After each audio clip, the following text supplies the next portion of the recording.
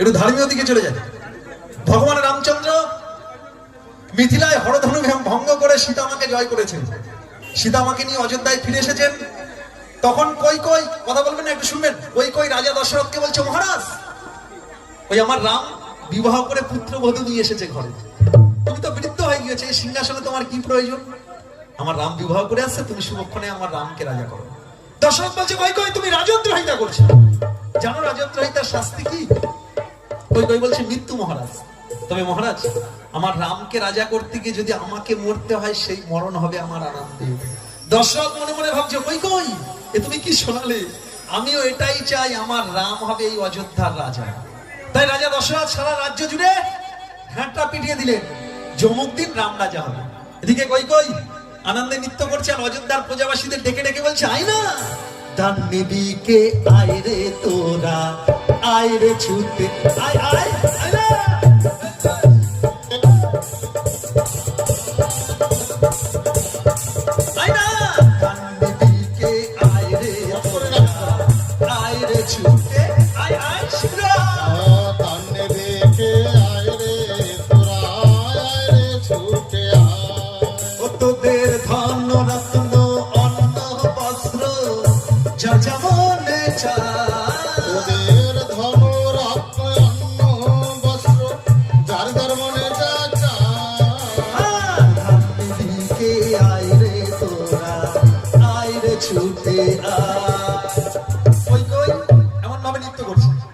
যে কথা বলছিলাম, যৌথ পরিবারগুলো ভেঙে এখন সিঙ্গেল হচ্ছে কেন? কই কই রাম রাজা হবে বলে নৃত্য করছে। এমতো সময় কই কইয়ের দাসী মন্থরা, কুজি মন্থরা কুজ নিয়ে লাঠি ধরে কই কইয়ের কাছে এসে বলছে, কই কই আরে রাম রাজা হবে, তোর দেখি আনন্দের ঢল নেমে চমক পুরি, রাম রাজা হবে তাতে তোর কি? সঙ্গে সঙ্গে কই কই বলছে, না না মন্থরা, আমার রাম রাজা হবে, তুই আজ দিস না আমার মনে কুমন্থনা। তো বাবা মায়েরা এবার বলি, মন্থরা কাদের বলে?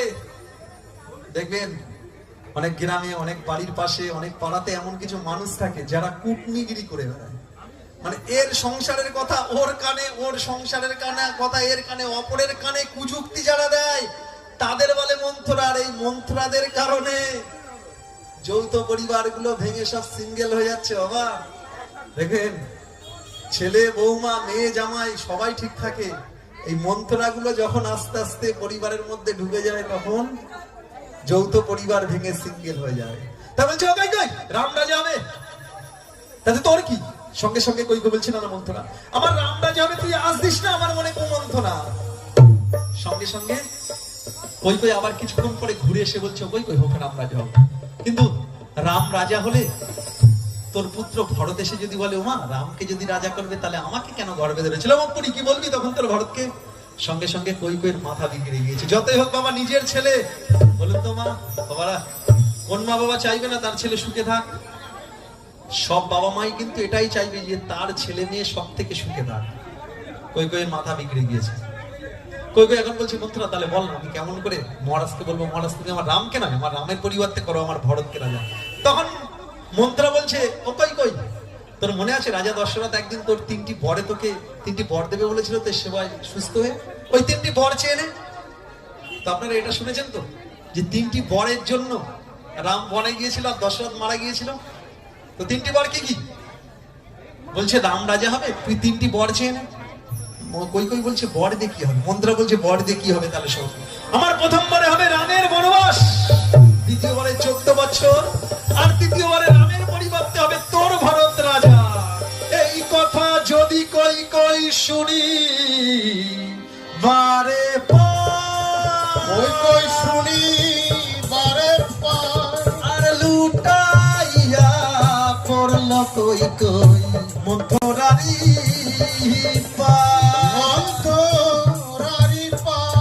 সঙ্গে কই কই ধুলাই লুটিয়ে পড়েছে। এদিকে রাম অযোধ্যায় চলে এসেছে, রামকে রাজার বেশে সাজানো হয়েছে। রাজা দশরথ রাজমুকুট পরালে রাম রাজা হয়ে যাবে।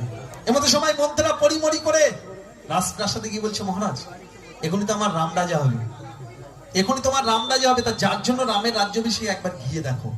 সঙ্গে সঙ্গে দশরথ রাজপ্রাসাদ হতে কই কইয়ের প্রাসাদে গিয়ে দেখছে কই কই আলু থালু কেশ পড়ে আছে। দশরথ বলছে, কই কই তুমি কাঁদছো কেন? তোমার জন্যই তো এই রামের রাজ্যাভিষেক। সঙ্গে সঙ্গে কই কই বলছে, মহারাজ আমার রাম এখনই রাজা হবে, তোমার কাছে কিছু চাইলে তুমি আমায় দেবে। দশরথ বলছে কই কই আমার নামটা যাবে, তুমি চাইলে আমার প্রাণও তোমায় দিয়ে দিতে পারি। সঙ্গে সঙ্গে কই কই বলছে তাহলে মহারাজ তুমি আমাকে 3টে বর দেবে বলেছিলে, 3টে বর দাও।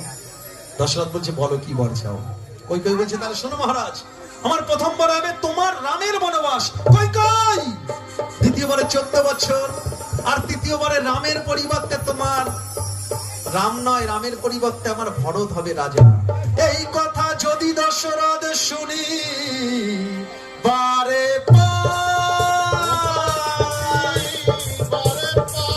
রাজা লুটাইয়া পড়িলেন কই কয়েরি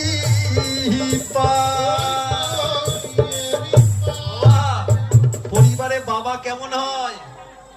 সঙ্গে সঙ্গে দশরথ তার স্ত্রী কৈকেয়ীর পায়ে লুটিয়ে পড়ে বলছে কই কই তোমার রাজ্য চাই না, তুমি রাজ্য নেবে, নাও নাও রাজ্য, রাজত্ব, রাজ সিংহাসন সব তুমি নাও, কেবল আমার রামকে ভিক্ষা দাও। তুমি আমার রামকে বনে পাঠিও না, তোমার মনে আছে রাম বনে গেলে আমার পুত্র শোকে হবে মরণ। কৈকেয়ী বলছে মহারাজ এখনই আমি অযোধ্যার প্রজাবাসীদের ডেকে বলবো যে রাজা স্ত্রীকে দিয়ে কথা রাখে না তার সিংহাসনে অধিকার নেই। পিতার বিলম্ব দেখে পশ্চাতে দাঁড়িয়ে ভগবান সব শুনছে। পশ্চাতে ভগবান রামচন্দ্র বলছে বাবা মাকে এমন বলো না, মা যখন আমাকে বনে দিতে চাইছে আমাকে বনে যেতেই হবে। দশরথ বলছো না মা নয়, ও সর্বনাশী, ওকে হত্যা কর। সঙ্গে সঙ্গে ভগবান রামচন্দ্র বলছে বাবা মা সর্বনাশী হয়? তো একটু কথা বলবেন, মা সর্বনাশী হয়? কখনোই না বাবা। আবারও বলছি, ভগবান রামচন্দ্র সৎমার জন্য বনে গেলেন। চৈতন্য মহাপ্রভু এই তো পাশেই নবদ্বীপ মায়াপুর, চৈতন্য মহাপ্রভু মায়ের অনুমতি ছাড়া সন্ন্যাস নিতে পারেনি। সত্যি আজকে আমি প্রথমে কাকুই বলেছিলাম ওনাকে, এখনো কাকু বলছি। তো দত্ত পরিবারের কাকু উনি যে এই পরিকল্পনা নিয়েছেন, সত্যি মানে সব থেকে ওনার এই পরিকল্পনা, এই অনুষ্ঠানে আমি অংশগ্রহণ করতে পেরে আমিও খুব ধন্য। সত্যি এখনকার দিনে এরকম দরকার। সব থেকে বড় কথা, ওনার সব থেকে বড় পাওনা কি জানেন? ওনার ছেলে আছে, সেও কিন্তু দেখছে যে আমার বাবা আমার ঠাকুমা ঠাকুরদার জন্য এই জিনিসটা করেছে। এটা কিন্তু ওনার পাওনা একটা, যে ওনার ছেলে দেখছে যে আমার বাবা যদি এত কিছু করতে পারে তাহলে আমাকেও করতে হবে। বাবা কটা কথা বলেই যায়। একটা বাড়িতে ছোট বাচ্চা হয়তো কথা বলবেন না, একটু শুনুন। একটা বাড়িতে একটা বাচ্চা মাকে কখন ভালোবাসে দেখবেন। বাড়িতে বাচ্চা হয় না, কোনো বাচ্চা মাকে ভীষণ ভালোবাসে, কোনো বাচ্চা বাবাকে ভীষণ ভালোবাসে। তো একটা বাচ্চা মাকে কখন বেশি ভালোবাসে কি মনে হয়? বাচ্চা মাকে কখন বেশি ভালোবাসে শুনে নিন। ভালোবাসা না বাসে না, ভালোবাসাটাও আদায় করে নিতে হয়। দেখবেন সম্মান কেউ কাউকে দেয় না, সম্মানটাও আদায় করে নিতে হয়। তো বাচ্চা ভালো কখন বাসে? মাকে বেশি। বাড়িতে মা বাদে তার বাবা, ঠাকুমা, ঠাকুরদাদা, পিসি, কাকু, জেঠু যারা মেম্বার আর যারা আছে সবাই ওই বাচ্চাকে ছোট থেকে কোলে পিঠে নিতে যদি মায়ের ভালো ভালো দিক, পজিটিভ গুণগুলো মায়ের সামনে বলে, দেখবেন সবসময় মায়ের ভালো ভালো কথা বললে বাচ্চা মার প্রতি টান হবে। বাচ্চা বাবাকে কখন বেশি ভালোবাসে? ঠিক সেম। বাচ্চা ছোট থেকেই বাচ্চার মা, বাড়িতে যারা মেম্বার আছে সবসময় যদি বাচ্চার সামনে বাবার ভালো ভালো গুণ বলে, দেখবেন বাচ্চার বাবার প্রতি টানটা বেশি হয়। স্বাভাবিকই, দেখবেন মিলিয়ে।